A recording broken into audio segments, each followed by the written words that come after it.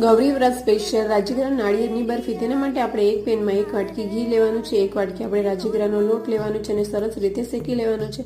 Aroma આવે ત્યાં સુધી આપણે તેને શેકીશું. હવે તેમાં 1 વાટકી જે ડેસિકેટેડ કોકોનટ એડ કરીશું અને સરસ રીતે મિક્સ કરી લેવાનું છે.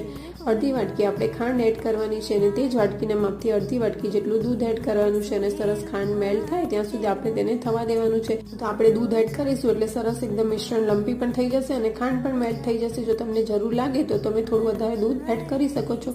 હવે આપણે મિશ્રણ તૈયાર થઈ ગયું છે, તેને ઘીથી ગ્રીસ કરેલી થાળીમાં કાઢી લેવાનું છે અને સરસ એક લેવલ કરી લેવાનું છે. પછી આપણે તેને ડેસિકેટેડ કોકોનટથી ગાર્નિશ કરીશું. થોડી વાર માટે ઠંડુ થવા દઈશું. પછી આપણે તેને સ્ક્વેર પીસીસમાં કટ કરી લેવાનું છે. આપણી રાજગરા નારિયેળની ગૌરી વ્રત સ્પેશિયલ મીઠાઈ તૈયાર છે.